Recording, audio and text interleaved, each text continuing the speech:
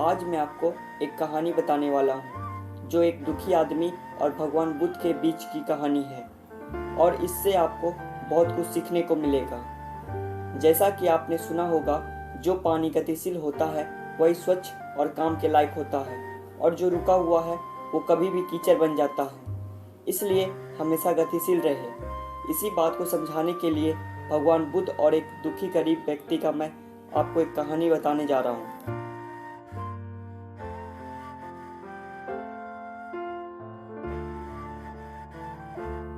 एक बार गौतम बुद्ध एक गांव में ठहरे हुए थे। लोग अपनी परेशानियों को लेकर उनके पास जाते और उनका हल लेकर खुशी खुशी वहां से लौटते। उसी गांव में सड़क के किनारे एक भिखारी बैठा करता था। वह बुद्ध के पास आने जाने वाले लोगों को ध्यान से देखा करता था।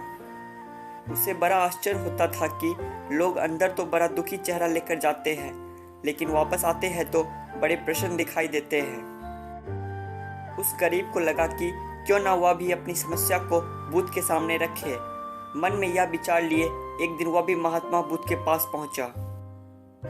अंदर उसने देखा कि लोग पंक्ति में खड़े होकर उन्हें अपनी समस्याएं बता रहे थे और वह मुस्कुराते हुए सबकी समस्याएं हल कर रहे थे। जब उसकी बारी आई तो उसने सबसे पहले महात्मा को प्रणाम किया और कहा, भगवान, इस गांव में लगभग सभी लोग खुश और समृद्ध हैं, फिर मैं ही क्यों गरीब हूँ। इस पर बुद्ध मुस्कुराते हुए बोले, तुम गरीब और निर्धन इसलिए हो क्योंकि तुमने आज तक किसी को कुछ दिया ही नहीं। आश्चर्यचकित गरीब बोला, भगवान, मेरे पास भला दूसरों को देने के लिए क्या है।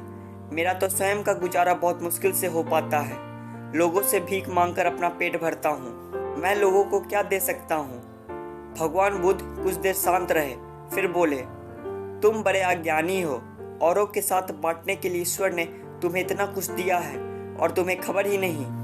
थोड़ा सोचो तो तुम्हें पता चलेगा कि ईश्वर ने कितनी बड़ी बड़ी चीजें तुम्हें दी है जो तुम आसानी से दूसरों को दे सकते हो। सबसे पहले तो मुस्कुराहट दी है जिससे तुम लोगों में आशा का संचार कर सकते हो। मुंह से दो मीठे शब्द बोल सकते हो।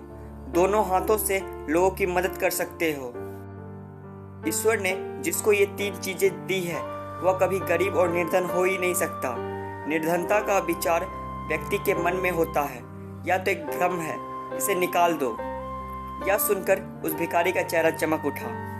तो इस कहानी से आप समझ गए होंगे कि दुखी और गरीब होना एक भ्रम है, न कि वास्तविकता। हम जैसा सोच रखते हैं वैसा बन जाते हैं। अगर हम दूसरों की मदद करेंगे तो हम हमेशा खुश रहेंगे।